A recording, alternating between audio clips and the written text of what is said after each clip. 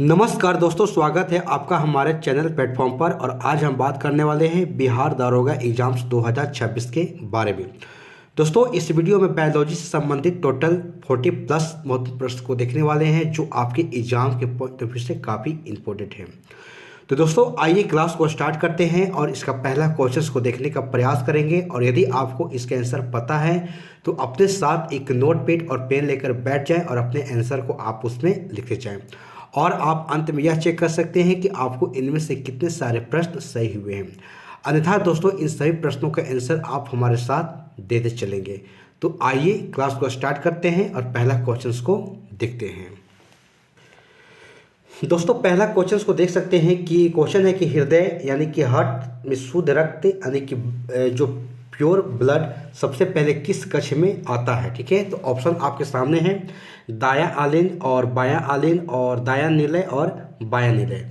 दोस्तों, जैसा कि आपको पता है कि हृदय यानी कि जो हार्ट हमारा है, हार्ट में शुद्ध रक्त यानी कि जो प्योर जो ब्लड है सबसे पहले अगर बात की जाए तो बायां आलिन में पहुंचता है। ठीक है, तो आपको यहाँ पर बायां आलिन को ध्यान में रखना है। और यहाँ पर देख सकते हैं कि फेफड़े से ऑक्सीजन से भरपूर यानी कि शुद्ध रक्त जो कि के माध्यम से हृदय के बाएं आलिन में प्रवेश करता है। और इसके बाद देख सकते हैं जो कि मिट्रल यानी कि बल्ब से होकर बायां निलय यानी कि लेफ्ट वेंट्रिकल में जाता है और वह वहाँ से पूरे शरीर में भेजा जाता है। और देख सकते हैं दायां आलिन की बात करें तो दायां आलिन अशुद्ध रक्त को ग्रहण करता है। ठीक है, और इसलिए सबसे पहले शुद्ध रक्त का प्रवेश बायां आलिन में होता है। ठीक है, तो आपको यहाँ पर ध्यान में रखना है। तो आइए अगले प्रश्न को देखते हैं। दोस्तों, यहाँ पर देख सकते हैं पाचन तंत्र में प्रोटीन का पाचन सबसे पहले कहाँ शुरू होता है। ठीक है, तो ऑप्शन है छोटी आंत में, अमाशय में और मुंह में और बड़ी आंत में।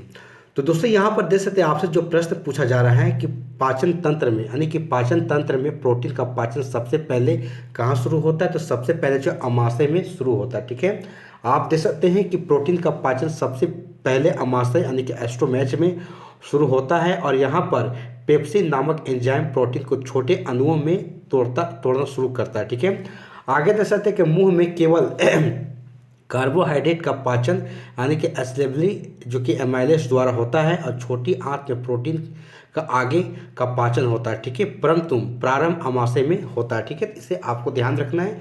ये सारे डिस्कशन आपके लिए काफ़ी इंपॉर्टेंट है। तो आइए अगले प्रश्न को देखते हैं।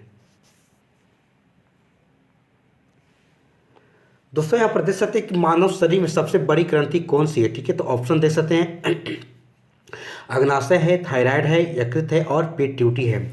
तो दोस्तों, यहाँ आपसे प्रश्न पूछा जा रहा है कि मानव शरीर में सबसे बड़ी ग्रंथि कौन सी है। तो देख सकते हैं कि लीवर यानी कि यकृत होता है। ठीक है, आप यहाँ पर देख सकते हैं कि यकृत मानव शरीर की सबसे बड़ी ग्रंथि है और यह पाचन, विषैले पदार्थों को हटाने और पित्त रस के स्राव और ग्लूकोज संग्रहण और प्रोटीन संश्लेषण जैसे अनेक कार्य करता है। ठीक है, और यह शरीर का सबसे प्रमुख जो कि मेटाबॉलिक अंग भी है। ठीक है, तो इसे आपको ध्यान में रखना है।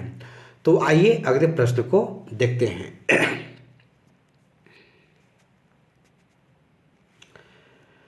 दोस्तों, यहाँ पर देख सकते हैं मानव नेत्र में दृष्टि का निर्माण किस पर होता है। ठीक है, तो ऑप्शन है कॉर्निया, लेंस, रेटिना और आइरिस।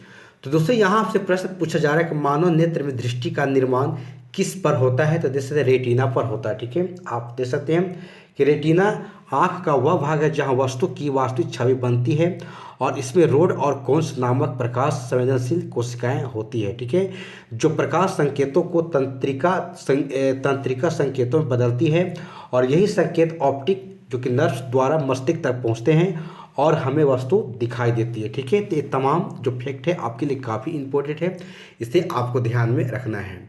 तो आइए अगले प्रश्न को देखते हैं।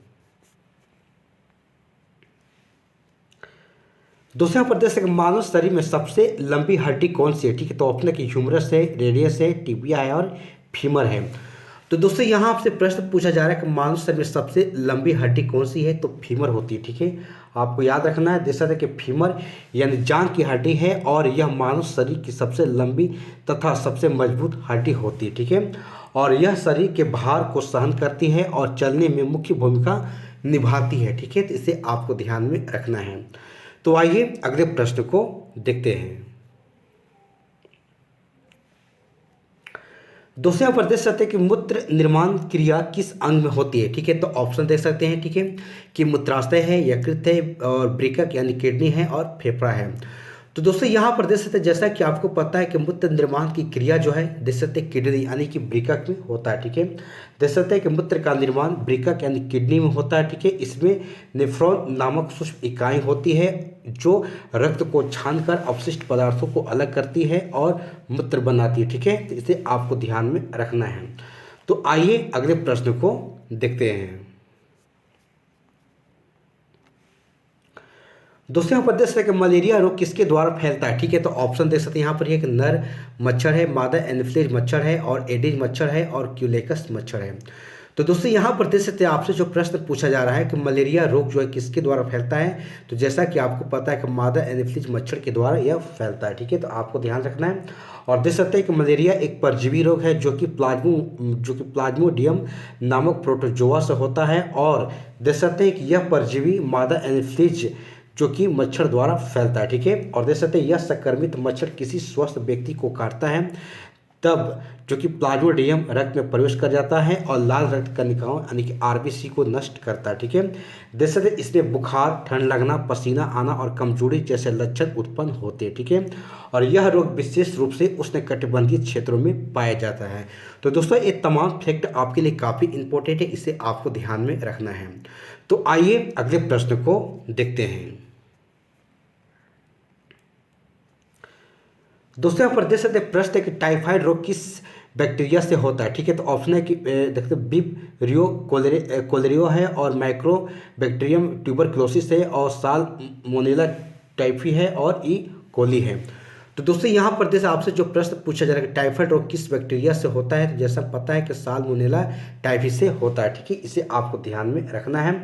और देख सकते हैं टाइफाइड एक गंभीर जीवाणु जनित रोग है जो कि साल्मोनेला जो कि टाइफी नामक बैक्टीरिया से होता है। और देख सकते हैं यह दूषित भोजन और पानी से फैलता है, याद रखना है। और इस रोग में तेज बुखार, सिर दर्द, पेट दर्द, उल्टी और दस्त जैसे लक्षण दिखाई देते हैं। और यदि समय पर इलाज ना किया जाए तो आंतों में छेद यानी कि छेद जैसे गंभीर स्थिति उत्पन्न कर सकता है, ठीक है। और देख सकते हैं कि वाटर बोर्न डाइजेस्ट का मुख्य उदाहरण है, ठीक है। इसे आपको ध्यान में रखना है। तो आइए अगले प्रश्न को देखते हैं। दोस्तों यहाँ पर देख सकते हैं कि एड्स जो रोग किस वायरस से होता है, ठीक है। तो ऑप्शन है कि HBV और HPV और HIV और इन्फ्लुएंजा वायरस। तो दोस्तों यहाँ पर जैसे आपसे जो प्रश्न पूछा जा रहा है कि एड्स जो किस वायरस होता है, तो HIV से होता है, ठीक है। आपको ध्यान रखना है कि एड्स रोग यानी HIV यानी कि ह्यूमन इम्यूनो डिफिशियंसी वायरस से होता है। और यह वायरस शरीर के प्रतिरक्षा प्रणाली यानी ह्यूमन सिस्टम को कमजोर कर देता है, जिससे व्यक्ति साधारण संक्रमण से गंभीर रूप से बीमार हो सकता है, ठीक है। देख सकते हैं यह संक्रमित खून और अस्वच्छित यौन संबंध और संक्रमित सुई तथा बच्चे से यानी माँ से बच्चे में फैल सकता है, ठीक है। और यह देख सकते हैं कि एक लाइलाज लेकिन नियंत्रित रोग होने वाला रोग है, ठीक है। तो इसे आपको ध्यान में रखना है। तो आइए अगले प्रश्न को देखते हैं। दोस्तों यहाँ पर देख सकते हैं कि हैजा रोग किस बैक्टीरिया से होता है, ठीक है। तो ऑप्शन है कि साल्मोनेला टाइफी और विब्रियो कोलेरा और सिगेला और क्लोस्ट्रीडियम। तो दोस्तों यहाँ पर जैसे आपसे जो प्रश्न पूछा जा रहा है कि हैजा रोग यानी कि जो कोलेरा है किस बैक्टीरिया से होता है, तो देख सकते हैं विब्रियो कोलेरा से होता है, ठीक है। इसे आपको ध्यान रखना है। और देख सकते हैं, ठीक है, कि हैजा एक गंभीर जल जनित रोग है जो विब्रियो कोलेरा नामक बैक्टीरिया से होता है। और इसमें क्या होता है, अत्यधिक दस्त और उल्टी होती है, ठीक है, जिससे शरीर पानी की भारी कमी हो जाती है और समय पर इलाज ना मिलने पर यह जानलेवा भी हो सकता है, ठीक है। इसे आपको ध्यान में रखना है। तो आइए अगले प्रश्न को देखते हैं। दोस्तों यहाँ पर देख सकते हैं कि क्षय रोग यानी कि टीबी किस अंग को मुख्य रूप से प्रभावित करता है, ठीक है। तो ऑप्शन है यकृत है, मस्तिष्क है, फेफड़ा है और हृदय है। तो दोस्तों यहाँ पर देख सकते हैं आपसे जो प्रश्न पूछा जा रहा है कि क्षय रोग यानी कि टीबी किस अंग को मुख्य रूप से प्रभावित करता है, तो देख सकते हैं कि फेफड़ा यानी कि लंग्स को प्रभावित करता है, ठीक है। देख सकते हैं कि क्षय रोग यानी कि माइक्रोबैक्टीरियम ट्यूबरक्लोसिस नामक बैक्टीरिया से होता है और यह मुख्य रूप से फेफड़े को प्रभावित करता है, ठीक है। और यह खांसी, खून आना, वजन कम होना और रात को पसीना आना जैसे लक्षण पैदा करता है, ठीक है। और देख सकते हैं यह वायु द्वारा फैलने वाला रोग है, तो इसे आपको ध्यान में रखना है। तो आइए अगले प्रश्न को देखते हैं। दोस्तों यहाँ पर देख सकते हैं डेंगू किस वायरस से होता है, ठीक है। तो ऑप्शन है कि H1N1 और डेंगू वायरस और HIV और कोरोना वायरस। तो दोस्तों यहाँ आपसे प्रश्न पूछा जा रहा है कि डेंगू किस वायरस से होता है। तो डेंगू जो है डेंगू वायरस से ही होता है, ठीक है। आपको ध्यान रखना है कि डेंगू वायरस जो कि डेंगू वायरस से होता है और यह है जो कि एडिज मच्छर द्वारा फैलता है। इसमें तेज बुखार, आंखों के पीछे दर्द और शरीर में दर्द और प्लेटलेट्स की कमी हो जाती है, ठीक है। और देख सकते हैं यह रोग शहरी क्षेत्रों में अधिक फैलता है, ठीक है। तो इसे आपको ध्यान में रखना है। तो आइए अगले प्रश्न को देखते हैं।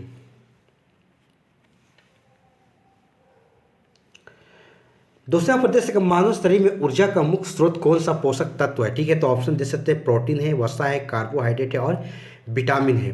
तो दोस्तों यहाँ पर आपसे प्रश्न पूछा जा रहा है कि मानव शरीर में ऊर्जा का मुख्य स्रोत कौन सा है। तो देख सकते हैं कि कार्बोहाइड्रेट है, ठीक है। आपको ध्यान रखना है कि कार्बोहाइड्रेट मानव शरीर के लिए ऊर्जा का मुख्य और त्वरित स्रोत है और यह शरीर में ग्लूकोज में बदलकर कोशिकाओं को क्या करता है, तुरंत ऊर्जा देता है, ठीक है। और देख सकते हैं कि मस्तिष्क लगभग पूरी तरह ग्लूकोज पर ही निर्भर रहता है, ठीक है। और देख सकते हैं कि चावल, गेहूं, आलू, केला आदि कार्बोहाइड्रेट के प्रमुख स्रोत है, ठीक है।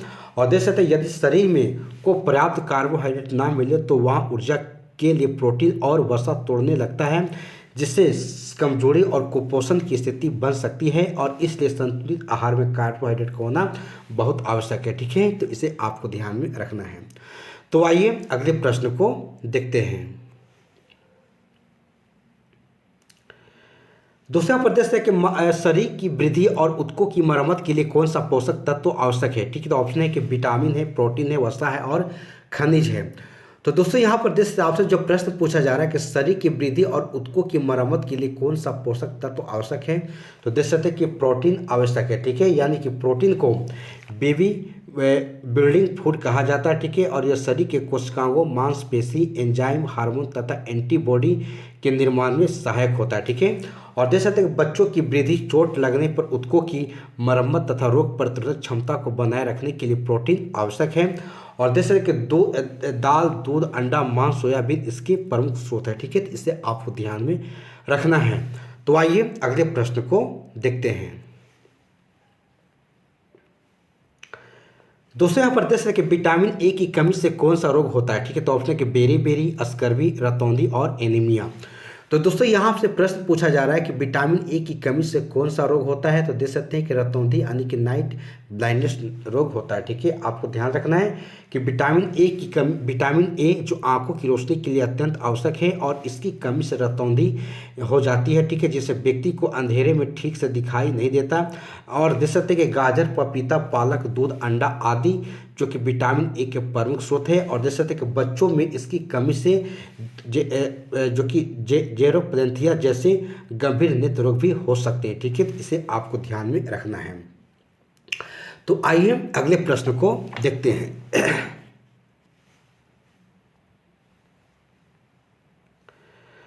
दोस्तों यहाँ पर इसके विटामिन सी की कमी से कौन सा रोग होता है, ठीक है। तो ऑप्शन है कि रिकेटस है, बेरी है, स्कर्वी है और पिलर्गा है। तो दोस्तों यहाँ पर देख सकते हैं आपसे जो प्रश्न पूछा जा रहा है कि विटामिन सी की कमी से कौन सा रोग होता है। तो स्कर्वी रोग होता है, ठीक है। आपको ध्यान रखना है कि विटामिन सी शरीर में घाव भरने, मसूड़ों को स्वस्थ रखने और प्रतिरक्षा प्रणाली को मजबूत करने में मदद करता है। और देख सकते हैं कि इसकी कमी से स्कर्वी होता है, जिसमें कि मसूड़ों में खून आना, दांत गिरना और कमजोरी जैसी समस्याएं होती है। और देख सकते हैं कि नींबू, संतरा और आंवला, अमरूद जैसे इसके अच्छे स्रोत है, ठीक है। तो इसे आपको ध्यान में रखना है। तो चलिए अगले प्रश्न को देखते हैं। दोस्तों यहाँ पर देख सकते हैं कि हड्डियों को मजबूत बनाने में कौन सा खनिज मुख्य भूमिका निभाता है, ठीक है। तो ऑप्शन है कि आयरन है, कैल्शियम है, सोडियम है और पोटेशियम है। तो दोस्तों यहाँ पर देख आपसे जो प्रश्न पूछा जा रहा है कि हड्डियों को मजबूत बनाने में कौन सा खनिज मुख्य भूमिका निभाता है। तो कैल्शियम निभाता है, ठीक है। आपको ध्यान रखना है कैल्शियम जो हड्डियों और दांतों के निर्माण के लिए अत्यंत आवश्यक है और इसकी कमी से बच्चों में रिकेटस और बड़ों में ऑस्टियोपोरोसिस हो सकता है, ठीक है। और देख सकते हैं कि दूध, दही, पनीर, हरी सब्जियां इसके अच्छे स्रोत हैं, ठीक है। तो इसे आपको ध्यान में रखना है। तो आइए अगले प्रश्न को देखते हैं। दोस्तों यहाँ पर प्रश्न पूछा जा रहा है कि शरीर में वसा का मुख्य स्रोत क्या है, ठीक है। तो ऑप्शन देख सकते हैं कि रोगों से बचाव, रक्त निर्माण और ऊर्जा संग्रहण एवं शरीर को गर्म रखना और पाचन सहायता। तो दोस्तों यहाँ पर जैसे आपसे जो प्रश्न पूछा जा रहा है कि शरीर में वसा का मुख्य कार्य क्या होता है, देख सकते हैं कि ऊर्जा संग्रहण एवं शरीर को गर्म करना। ठीक है, इसे आपको ध्यान रखना है कि वसा शरीर में ऊर्जा का भंडारण करती है और शरीर को ठंड से बचाकर गर्म बनाती है। और यह देख सकते वसा में घुलनशील विटामिन की बात की जाए तो A, D, E के यानी कि के अवशोषण में मदद करती है। और देख सकते घी और तेल और मेवा इसके प्रमुख स्रोत है, किसके, वसा के। ठीक है, तो इसे आपको ध्यान में रखना है। तो आइए अगले प्रश्न को देखते हैं।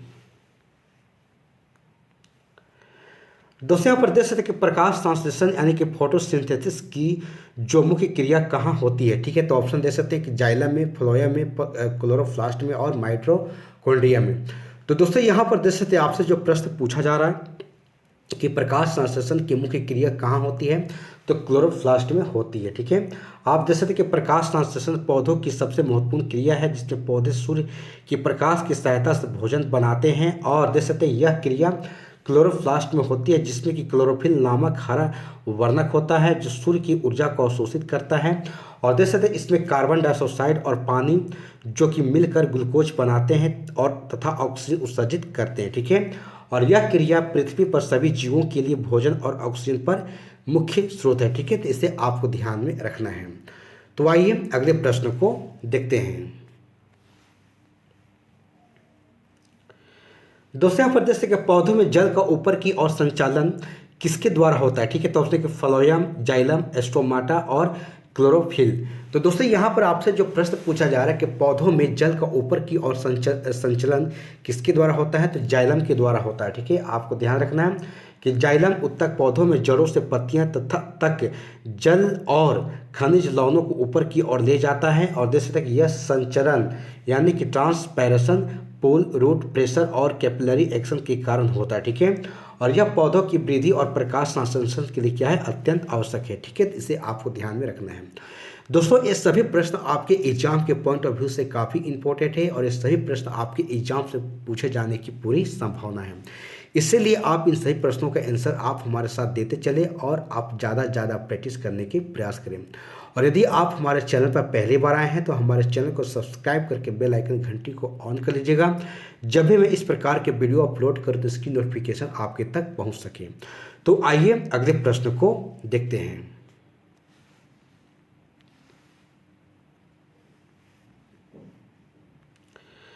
दूसरा पर देख सकते हैं कि श्वसन यानी कि रेस्पिरेशन जो किस क्रिया कहाँ होती है। ठीक है, तो ऑप्शन है कि क्लोरोप्लास्ट में, माइटोकॉन्ड्रिया में, नाभिक में और राइबोसोम में। तो दोस्तों यहाँ पर आपसे प्रश्न पूछा जा रहा है कि श्वसन की क्रिया कहाँ पर होती है, तो देख सकते हैं माइटोकॉन्ड्रिया में होती है। ठीक है, आप देख सकते हैं कि पौधों में श्वसन माइटोकॉन्ड्रिया में होता है, जहाँ ग्लूकोज का ऑक्सीजन होकर ऊर्जा यानी कि ATP उत्पन्न होती है। और यह ऊर्जा पौधों की सभी जीवन क्रियाओं के लिए क्या है, आवश्यक है। ठीक है, इसे आपको ध्यान में रखना है। तो आइए अगले प्रश्न को देखते हैं।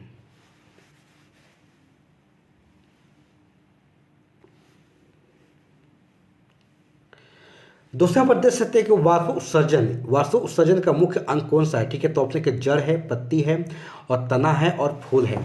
तो दोस्तों यहाँ पर जैसे आपसे जो प्रश्न पूछा जा रहा है कि वाष्प उत्सर्जन की जो मुख्य अंग कौन सा है, तो देख सकते कि पत्ती है यानी क्या, लिप्स है। ठीक है, देख सकते हैं वाष्प उत्सर्जन पत्तियों की जो अस्टोमेटा द्वारा होता है और यह जल संतुलन बनाए रखता है और पौधों को ठंडा करता है और जल को ऊपर की ओर संचलन में सहायता करता है। ठीक है, तो इसे आपको ध्यान में रखना है। तो चलिए अगले प्रश्न को देखते हैं।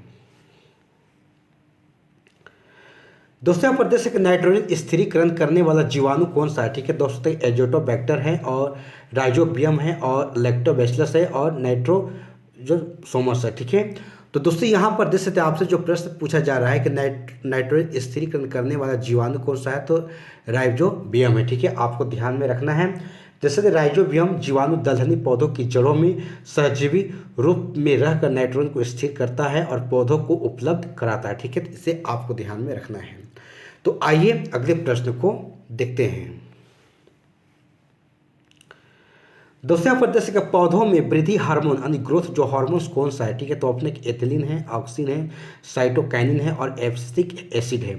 तो दोस्तों यहाँ पर आपसे प्रश्न पूछा जा रहा है कि पौधों में वृद्धि हार्मोन कौन सा है। तो जो देख सकते हैं कि पौधों में जो वृद्धि हार्मोन है ऑक्सिन है, ठीक है, आपको ध्यान में रखना है।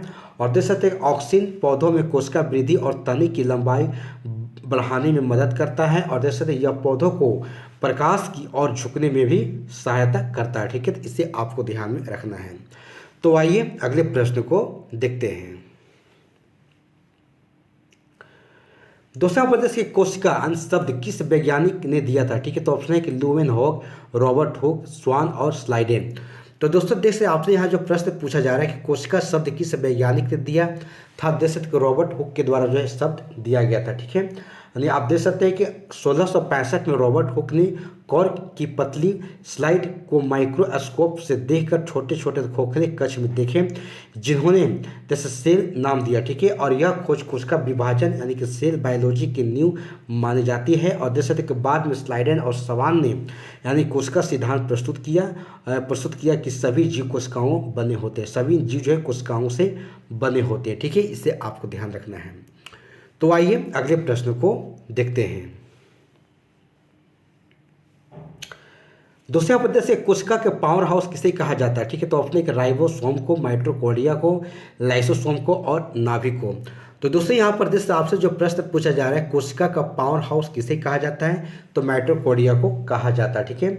आप देख सकते हैं माइटोकॉन्ड्रिया को कोशिका का पावर हाउस कहा जाता है क्योंकि यहाँ एटीपी यानी ऊर्जा का निर्माण होता है और यह कोशिका की सबसे जैविक क्रियाओं को ऊर्जा प्रदान करता है, ठीक है। और इसमें दोहरी झिल्ली होती है और इसकी आंतरिक झिल्ली पर क्रिस्टा पाई जाती है, ठीक है, इससे आपको ध्यान रखना है। तो चलिए अगले प्रश्न को देखते हैं। दूसरा प्रदेश है कि आत्मघाती थैली यानी कि सुसाइड बैग किसे कहा जाता है, ठीक है, तो ऑप्शन है राइबोसोम को, माइटोकॉन्ड्रिया को, लाइसोसोम को और नाभिक को। तो दोस्तों यहाँ पर देख सकते हैं आपसे जो प्रश्न पूछा जा रहा है कि आत्मघाती थैली यानी कि सुसाइड बैग किसे कहा जाता है, तो लाइसोसोम को कहा जाता है। यहाँ देख सकते हैं कि लाइसोसोम में पाचक एंजाइम होते हैं जो कोशिका के खराब भागों को नष्ट कर देते हैं और यदि यह फट जाए तो पूरी कोशिका नष्ट हो सकती है, इसलिए इसे सुसाइड बैग कहा जाता है, ठीक है, तो इसे आपको ध्यान में रखना है। तो आइए अगले प्रश्न को देखते हैं। दूसरा प्रदेश के प्रोटीन संश्लेषण कहाँ होता है, ठीक है, तो ऑप्शन है नाभिक में, राइबोसोम में, ग्लोजी बॉडी में और लाइसोसोम में। तो दोस्तों यहाँ पर देश आपसे जो प्रश्न पूछा जा रहा है कोशिका यानी कि प्रोटीन संश्लेषण कहाँ पर होता है, तो देख सकते हैं कि राइबोसोम में होता है, ठीक है। आपको ध्यान रखना है कि राइबोसोम प्रोटीन निर्माण की फैक्ट्री है और यह mRNA के अनुसार अमीनो अम्लों को जोड़कर प्रोटीन बनाता है, ठीक है, तो इसे आपको ध्यान में रखना है। तो आइए अगले प्रश्न को देखते हैं। दूसरा प्रदेश है कि कोशिका भित्ति यानी कि सेल वॉल किसमें पाई जाती है, ठीक है, तो ऑप्शन है कि पशु कोशिका, पादप कोशिका, मानव कोशिका और रक्त कोशिका। तो दोस्तों यहाँ पर देख सकते हैं आपसे जो प्रश्न पूछा जा रहा है कि कोशिका भित्ति यानी कि सेल वॉल किसमें पाई जाती है, तो देख सकते हैं कि पादप कोशिका में पाई जाती है, ठीक है। आपको ध्यान रखना है कि कोशिका भित्ति केवल पादप कोशिकाओं में होती है और यह सेलों से बनी होती है और देख सकते यह कोशिका को सुरक्षा और आकार प्रदान करती है, ठीक है, इसे आपको ध्यान में रखना है। तो आइए अगले प्रश्न को देखते हैं। दूसरा प्रदेश से कोशिका का नियंत्रण केंद्र कौन सा है, ठीक है, तो ऑप्शन है लाइसोसोम है, माइटोकॉन्ड्रिया है, नाभिक है और राइबोसोम है। तो दोस्तों यहाँ पर आपसे जो प्रश्न पूछा जा रहा है कोशिका का नियंत्रण केंद्र कौन सा है, देख सकते हैं कि नाभिक है यानी कि न्यूक्लियस है, ठीक है। आपको ध्यान रखना है कि नाभिक में DNA होता है और यह कोशिका की सबसे क्रियाओं को नियंत्रित करता है, इसमें कंट्रोल सेंटर कहा जाता है, ठीक है, इसे तो आपको ध्यान में रखना है। तो चलिए अगले प्रश्न को देखते हैं। दूसरा पर देख सकते हैं कि परितंत्र यानी कि इकोसिस्टम का सही अर्थ क्या है, ठीक है, तो ऑप्शन है केवल पौधों का समूह, केवल जानवरों का समूह और जीवित और अजैविक घटकों का परस्पर संबंध और केवल मिट्टी और जल। तो दोस्तों यहाँ पर देख सकते हैं आपसे जो प्रश्न पूछा जा रहा है कि परितंत्र यानी कि इको जो सिस्टम का सही अर्थ क्या है, तो देख सकते हैं कि जीवित और अजैविक घटकों का परस्पर संबंध है, ठीक है, इसे आपको ध्यान रखना है कि परितंत्र वह प्राकृतिक प्रणाली है जिसमें जीवित यानी कि बायोटिक जैसे कि पौधे, जानवर, सूक्ष्म जीव और अजैविक यानी कि एबियोटिक जैसे कि जल, वायु, मिट्टी, तापन आदि परस्पर क्रिया करते हैं, ठीक है। और देख सकते हैं कि इनकी आपसी क्रियाओं से ऊर्जा प्रवाह, पोषक तत्वों का चक्र और संतुलन क्या बना रहता है, ठीक है। और यह पृथ्वी पर जीवन बनाए रखने की सबसे महत्वपूर्ण इकाई है, ठीक है। तो इसे आपको ध्यान में रखना है। तो आइए अगले प्रश्न को देखते हैं। दूसरा प्रदेश के परितंत्र में उत्पादक यानी कि परितंत्र में उत्पादक कौन सा होते हैं, ठीक है। ऑप्शन है कि शेर है, हिरन है, हरे पौधे हैं और कवक हैं। तो दोस्तों आपसे यहाँ प्रश्न पूछा जा रहा है कि परितंत्र में उत्पादक कौन होते हैं, तो देख सकते हैं कि हरे पौधे होते हैं, ठीक है। आपको ध्यान रखना है कि उत्पादक वे जीव होते हैं जो प्रकाश संश्लेषण द्वारा अपना भोजन स्वयं बनाते हैं। और देख सकते हैं कि हरे पौधे, शैवाल और कुछ बैक्टीरिया उत्पादक होते हैं और यह सूर्य की ऊर्जा को रासायनिक ऊर्जा में बदलते और यही ऊर्जा आगे खाद्य श्रृंखला में उपभोक्ताओं को मिलती है। और देख सकते हैं कि बिना उत्पादकों की किसी भी परितंत्र में जीवन संभव नहीं है, ठीक है। इसे आपको ध्यान में रखना है। तो आइए अगले प्रश्न को देखते हैं। दूसरा प्रदेश है खाद्य श्रृंखला का पहला स्तर कौन सा होता है, ठीक है। तो ऑप्शन है कि उपभोक्ता, उपघटक, उत्पादक और परभक्षी। तो दोस्तों यहाँ पर आपसे जो प्रश्न पूछा जा रहा है कि खाद्य श्रृंखला का पहला स्तर कौन सा होता है, तो उत्पादक होता है, ठीक है। आपको ध्यान रखना है कि खाद्य श्रृंखला की शुरुआत उत्पादकों से होती है क्योंकि वही सूर्य की ऊर्जा को ग्रहण कर भोजन बनाते हैं और इसके जो बाद शाकाहारी, मांसाहारी और अंत में अपघटक आते हैं। और देख सकते हैं ऊर्जा का प्रवाह हमेशा एक दिशा में होता है, ठीक है। तो इसे आपको ध्यान में रखना है। तो चलिए अगले प्रश्न को देखते हैं। दूसरा प्रदेश है कि 10% नियम यानी किससे संबंधित है, ठीक है। तो ऑप्शन है जल चक्र, ऊर्जा हस्तांतरण और नाइट्रोजन चक्र और कार्बन चक्र। तो दोस्तों यहाँ पर आपसे जो प्रश्न पूछा जा रहा है कि 10% नियम किससे संबंधित है, तो आप देख सकते हैं कि ऊर्जा हस्तांतरण से संबंधित है, ठीक है। यानी कि 10% नियम के अनुसार खाद्य श्रृंखला में ऊर्जा का केवल 10% भाग ही अगले ट्रॉपिक स्तर को प्राप्त होता है, ठीक है। बाकी जो 90% ऊर्जा उष्मा के रूप में नष्ट हो जाता है और इस कारण खाद्य श्रृंखला लंबी नहीं होती, ठीक है। इसे आपको ध्यान में रखना है। तो आइए अगले प्रश्न को देखते हैं। दूसरा प्रदेश है कि अपघटक यानी कि कंपोजर का जो कार्य क्या है, ठीक है। तो ऑप्शन दे सकते हैं कि भोजन बनाना, ऊर्जा देना और मृत जीवों को सड़ाना और शिकार करना। तो दोस्तों आपसे यहाँ पर प्रश्न पूछा जा रहा है कि अपघटक का मुख्य कार्य क्या है, तो देख सकते हैं कि मृत जीवों को सड़ाना, ठीक है। इसका मुख्य कार्य होता है। और देख सकते हैं कि अपघटक जैसे कि बैक्टीरिया और कवक मृत पौधों और जानवरों को सड़ाकर उन्हें तरल पदार्थों में बदलते हैं। इसमें पोषक तत्व फिर से मिट्टी में मिल जाते हैं और परितंत्र का संतुलन बना रहता है, ठीक है। इसे आपको ध्यान में रखना है। दोस्तों ये सभी प्रश्न आपके एग्जाम के पॉइंट ऑफ व्यू से काफ़ी इंपॉर्टेंट है और ये सभी प्रश्न आपके एग्जाम्स में पूछे जाने की पूरी संभावना है। इसीलिए इन सभी प्रश्नों के आंसर आप हमारे साथ देते चले और ज़्यादा से ज़्यादा आप प्रैक्टिस करने के प्रयास करें। यदि आप हमारे चैनल पर पहले बार आए हैं तो हमारे चैनल को सब्सक्राइब करके बेल आइकन घंटी को ऑन कर लीजिएगा। जब भी मैं इस प्रकार के वीडियो अपलोड करूँ तो इसकी नोटिफिकेशन आपके तक पहुँच सके। तो आइए अगले प्रश्न को देखते हैं। दूसरा प्रदेश है कि जैव भौगोलिक चक्र यानी कि जैव भौगोलिक चक्र यानी कि देख सकते का उदाहरण कौन सा है, ठीक है। तो ऑप्शन है कि खाद्य श्रृंखला, ऊर्जा प्रवाह, नाइट्रोजन चक्र और परागण। तो दोस्तों यहाँ पर देख आपसे जो प्रश्न पूछा जा रहा है कि जैव भौगोलिक चक्र यानी कि बायो जियो केमिकल जो साइकिल का उदाहरण कौन सा है, तो आप देख सकते हैं कि नाइट्रोजन चक्र है, ठीक है। इसे आपको ध्यान रखना है कि नाइट्रोजन चक्र में नाइट्रोजन का वातावरण, मिट्टी, पौधे और जानवरों के बीच चक्रण होता है और यह पौधों की वृद्धि और प्रोटीन निर्माण के लिए आवश्यक है, ठीक है। इसे आपको ध्यान में रखना है। तो आइए अगले प्रश्न को देखते हैं। दोस्तों यहाँ पर से आपसे जो प्रश्न पूछा जा रहा है कि 5 जगत वर्गीकरण, ठीक है, किसने दिया था, यानी कि 5 किंगडम जो क्लासिफिकेशन है किसने दिया था, तो ऑप्शन है लिनियस, लेमार्क और आर एच विक्टर और डार्विन। तो दोस्तों यहाँ पर जो आपसे प्रश्न पूछा जा रहा है कि 5 जगत वर्गीकरण जो है यहाँ पर आर एच विक्टर के द्वारा इसे दिया गया था, ठीक है। यानी कि आर एच विक्टर ने 1969 में देश जीवों का 5 जगत वर्गीकरण दिया, ठीक है, जिसमें से मोनेरा है, प्रोटिस्टा है, फंगी है और देख सकते हैं कि प्लांटी है और एनी जो कि मेलनिया है, ठीक है। और यह जो कि वर्गीकरण कोशिका के प्रकार, पोषण का तरीका और शरीर संरचना के आधार पर किया गया है। ठीक है, इसमें पहले दो जगत प्रणाली जैसे पौधे और जानवर प्रतीत थे जो वैज्ञानिक दृष्टि से अपूर्ण थे। ठीक है, तो इसे आपको ध्यान में रखना है। तो आइए अगले प्रश्न को देखते हैं। दूसरा प्रदेश के बैक्टीरिया किस जगत में आते हैं? ठीक है, तो प्रोटिस्टा में, मोनेरा में, फंगी में और प्लांटी में।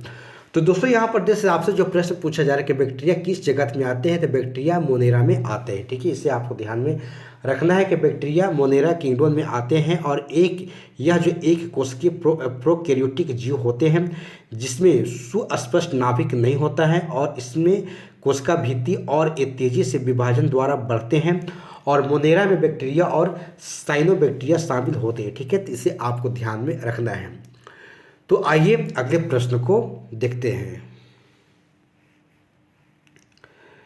दूसरा प्रदेश के कवक यानी कि फंगी का पोषण का प्रकार क्या है? ठीक है, तो ऑप्शन के स्वपोषी है, परपोषी है और प्रकाश संश्लेषी है या फिर शाकाहारी है। तो दोस्तों यहाँ पर आपसे जो प्रश्न पूछा जा रहा है कवक यानी फंगी का जो पोषण प्रकार क्या है, तो देख सकते हैं कि परपोषी है। ठीक है, आपको ध्यान रखना है कि कवक यानी कि स्वपोषी नहीं होते बल्कि परपोषी होते हैं। ठीक है, होते हैं और यह मृत पदार्थों से पोषण प्राप्त करते हैं और यह जीवित जीवों पर परजीवी होते हैं। ठीक है, इसमें क्लोरोफिल नहीं होता है इसलिए प्रकाश संश्लेषण इसमें नहीं कर सकते। ठीक है, तो आपको ध्यान में रखना है। तो आइए अगले प्रश्न को देखते हैं। दूसरा प्रदेश का मानव किस जगत में आते हैं? ठीक, जैसे प्रोटिस्टा में, मोनेरा में, प्लांटी में और एनिमलिया में। ठीक है, तो दोस्तों यहाँ पर जैसे मानव के बारे में पूछा जाए कि मानव किस जगत में आता है, तो एनिमलिया में आता है। ठीक है, आपको ध्यान रखना है कि मनुष्य जो कि एनिमल किंगडम्स में आते हैं क्योंकि वह जो है बहुकोशिकीय, परपोषी, गतिशील और तंत्रिका तंत्र वाला जीव है और देख सकते इसमें कोशिका भित्ति नहीं और यह अपना भोजन स्वयं नहीं बना सकता है। ठीक है, इसे आपको ध्यान में रखना है। तो आइए अगले प्रश्न को देखते हैं। दूसरा प्रदेश का शैवाल यानी कि जो कि एली किस जगत में रखे जाते हैं? ठीक है, तो ऑप्शन के प्लांटी में, प्रोटिस्टा में, मोनेरा में और फंगी में।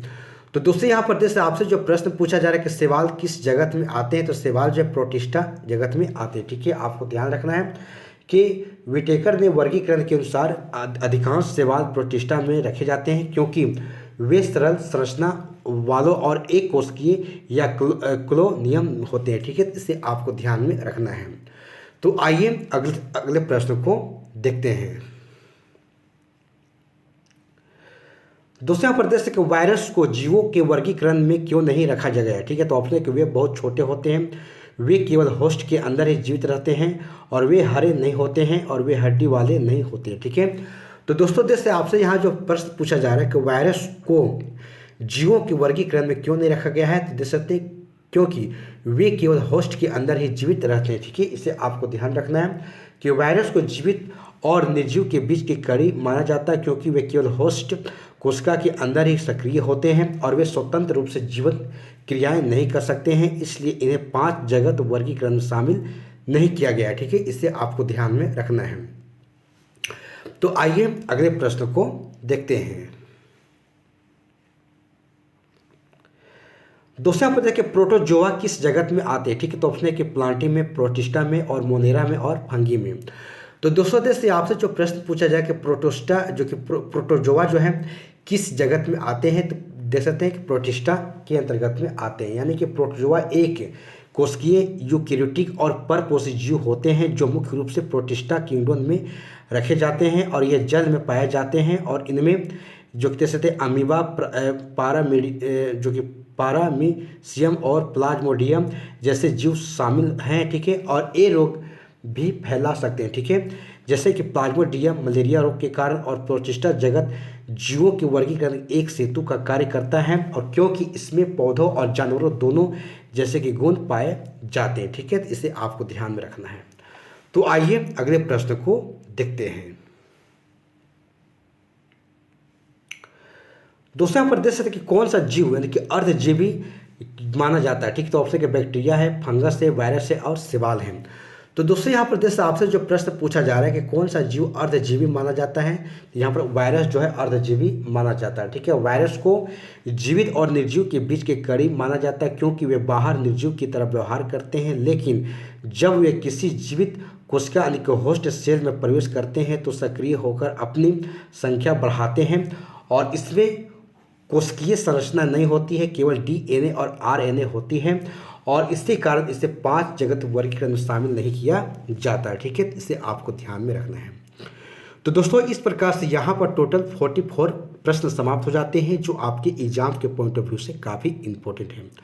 तो दोस्तों चलिए क्लास को यहीं पर समाप्त करते हैं। अगले दिन फिर एक नए टॉपिक के साथ हमारी आपके साथ मुलाकात होगी। तब तक के लिए आप इसे बार बार देखें और ज़्यादा से ज़्यादा आप प्रैक्टिस करने के प्रयास करें। और यदि आप हमारे चैनल पर पहली बार आए हैं तो हमारे चैनल को सब्सक्राइब करके बेल आइकन घंटी को ऑन कर लीजिएगा। जब भी मैं इस प्रकार के वीडियो अपलोड करूं तो इसकी नोटिफिकेशन आपके तक पहुंच सके। तो चलिए, धन्यवाद। जय हिंद, जय भारत।